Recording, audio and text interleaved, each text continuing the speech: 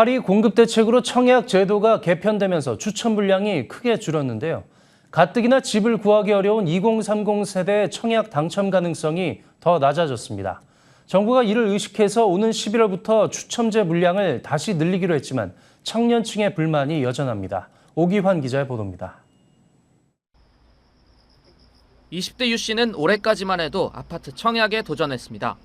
하지만 청약에서 줄줄이 떨어지자 이내 단념하고 작은 오피스텔로 눈을 돌렸습니다.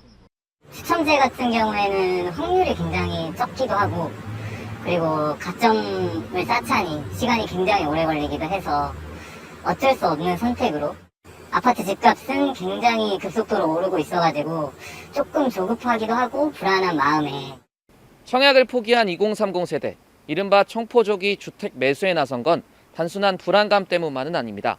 지난 2017년 파리 대책 이후 청약 제도가 개편되면서 추첨제 물량은 크게 줄었습니다. 서울의 추첨제를 통한 당첨자 비중은 60%에 달했지만 제도가 개편된 뒤 10%대로 급락했고 지난해와 올해는 한 자릿수에 그쳤습니다. 이런 가운데 청약 당첨자의 평균 연령은 상승했습니다. 경쟁률이 치열해져 예전보다 가점을 더 많이 쌓아야 당첨이 가능해졌기 때문입니다.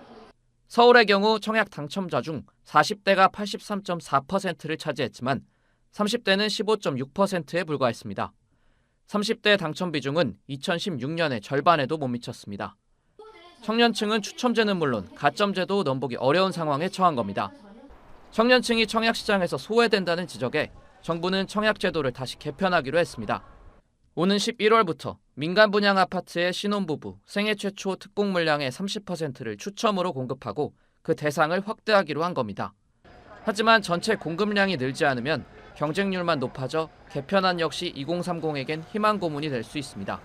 한정된 물량 안에서 어떤 제도를 도입을 한다고 해도 그 추첨제라는 물량을 확대를 하는 거기 때문에 전체적인 공급에 대한 물량 확대가 중요한 것이지. 또 면밀한 수요 검토 없이 손바닥 뒤집듯 제도를 바꾸고 있다는 비판도 나옵니다.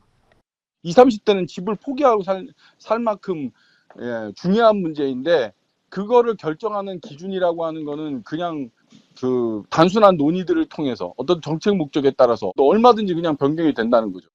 정부는 곳곳에서 터져나오는 불만을 잠재우기 위해 연일 대책을 쏟아내고 있지만 부동산 시장의 혼란은 더 가중될 전망입니다. 머니투데이 방송 오기환입니다.